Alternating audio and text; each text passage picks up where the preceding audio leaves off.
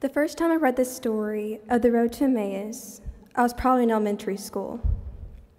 Of course, at the time, I thought it was a simple story. Cleopas and another disciple wander around and find a stranger and go on a walk with him. Later, they finally figured out that that man was Jesus, and that's the end of the story. Today, I was asked to tell a story where Jesus was with me the whole time. So I try to think of a story where Jesus was with me the whole time, and I would tell you about that.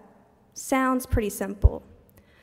But as I remembered reading the story of the road to Emmaus over and over again in Sunday school and other church lessons, I realized there couldn't be a better story for me to talk about this Sunday morning. As I have grown as a Christian, I have realized this story is all about faith and knowing that Jesus is always there for you. At first, the two disciples had a very humanistic reaction to Jesus' death. During their walk down the road, Cleopas and his friend were talking as they are joined by the unrecognized Jesus. The disciples continued their discussion and how they thought it was already over, and they found it really hard to believe Jesus would never come back. They felt lost and let down. Without Jesus, these disciples didn't really know what was next for them. They had no more hope, no more leadership. But then, here comes Jesus. He tells them, "Oh, how foolish you are, and how slow to believe all that the prophets have spoken." I feel like he was testing their faith, and he was telling these disciples that they should not be hearing the story of Jesus from anyone besides himself. He interprets to them the things about himself from all the scriptures. By Jesus telling these two men not to listen to the prophets, he's practically cutting out the middleman between his word and his followers. And they didn't need the prophets to tell them what to believe and what not to believe. They had Jesus. The final, most important piece, the aha moment, the breaking of the bread. Once Jesus broke the bread, they realized who the stranger was. They finally figured out that man was Jesus, and he had been there the whole entire time, not just on the walk back to Emmaus, but their whole entire lives. That feeling of loss and abandonment was gone, and they grew from a follower to a believer in Christ. The purpose of being a faithful believer has been brought back into their lives. They had God. Later, they went out and told the 11 disciples that the Lord really has risen, and they traveled to tell about the breaking of the bread. This story is the confirmation of the scriptures that Jesus has told the disciples. He told them his story to express that he has done his job, and now it's time to start ours. Faithfully reading the scriptures is a constant reminder of his story, and it's our purpose as Christians to be faithful to him. We need this reminder of all the things he has done for us, and that his promises are fulfilled, which is told through the story of Emmaus. In each section of the story, I felt like I have experienced the same emotions as the disciples did throughout my whole life. I can see myself there with them. I feel that even today, if Jesus walked right in front of me, or anyone else for that matter, I wonder how many would recognize him. When have you ever felt let down or lost? When have you ever felt like you were by yourself, just like the disciples once did? And it's okay to feel all those things. It's what we humans do. But we must know that Jesus is always by our side.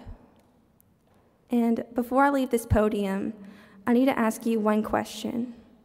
Where do you find Jesus?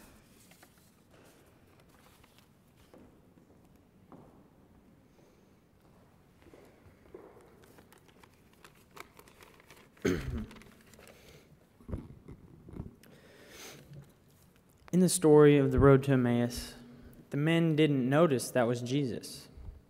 but how? They knew who he was. They knew what he looked like. But still, they could not notice him. Why don't we notice Jesus in our daily lives? He is everywhere. From the man collecting money for the Salvation Army at the mall to someone helping a child with a cut knee.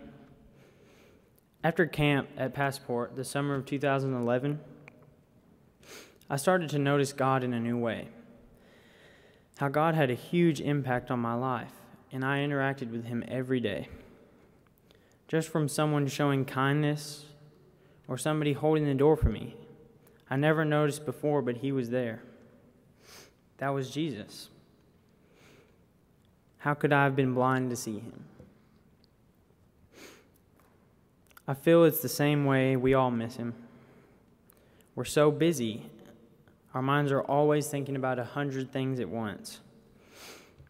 Always going, like there's not enough time in the day.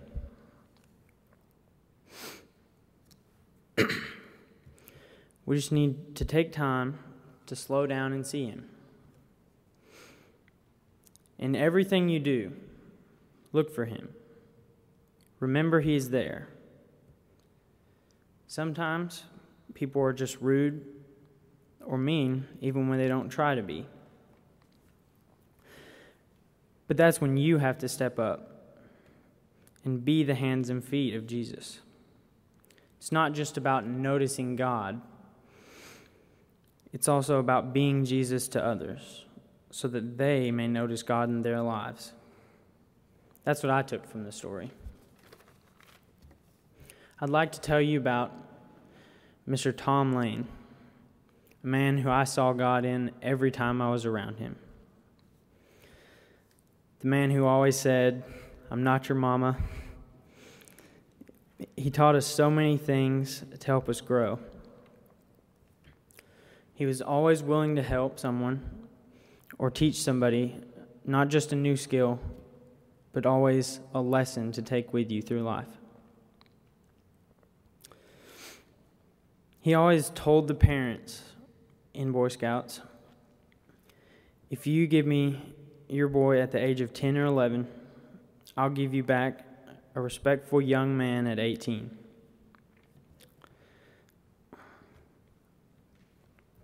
Mr. Lane always taught us the most important point of the Scout Law is to be reverent. I looked up to him and respected him because he reminds me of Jesus. He was Jesus to me. Now it's our turn to go see Jesus during our day and be the hands and feet of Jesus to everyone who needs it.